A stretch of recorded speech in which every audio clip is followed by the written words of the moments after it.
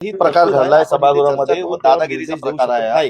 कोणतरी खोटं असेल त्याला निलंबित कोर्टात केस चालू असेल भारताच्या कोणत्याही भागात तरी 72C नुसार इथपर्यंत आपण त्याविषयी चर्चा करू शकत अभिमान बाळगला पाहिजे सभागृहात त्याच्यावर निर्देश देऊ शकत नाही. असं ठरवलं होतं मॅडम बोलतात त्याचं लायसन्स सिनियर काउन्सिलचं ओपिनियन मागवा आणि मग निलंबित करा. हायकोर्ट बसलाय अजून ओपिनियन आलं पण लगेच त्याच्याबद्दल सभागृहात डिसिजन घेतात. अन्याय घडत आहे त्याविषयी विधी तज्ञ अधिकारी जे आहेत अभय जाधव त्यांना विचारलं त्यांनी स्पष्ट सांगितलं विषय तो सांगत होता ना त्याच्याविषयी पण थोडं तरी आदर ठेवायला पाहिजे. निलंबित करे खोटं असेल त्याला निलंबित झाली. आज एक शिक्षण बघा किती आहे सर्व बघा ना त्याचा अवधान काय शिक्षणाच्या जोरावर आला होता त्याला आपण कुठेतरी अभिमान बाळगला पाहिजे. सर्व त्याला उलट दाबलं जात आहे त्याचा निषेध बाहेर ठरलं होतं काय एखादा चर्चा कशी काय केली पिटिशन फाईल करायला पण मग निलंबित करणार आता वाट बघत होतो. ओपिनियन आलं पण विधी अधिकारी बोलत असताना आम्ही बोलत अन्याय घडत आहे म्यूट केला दादागिरी आहे आणि आम्हाला त्याचे मिनिट्स पाहिजे ज्या बाबासाहेब कोर्टात ज्याला आम्हाला लोकांना लिहिली त्या घटनेत हातात पडणार होता ना त्याच्याविषयी आणि थोडं तरी आदर ठेवायला पाहिजे. निलंबित चर्चा करू नका कोणती जिद्द झाली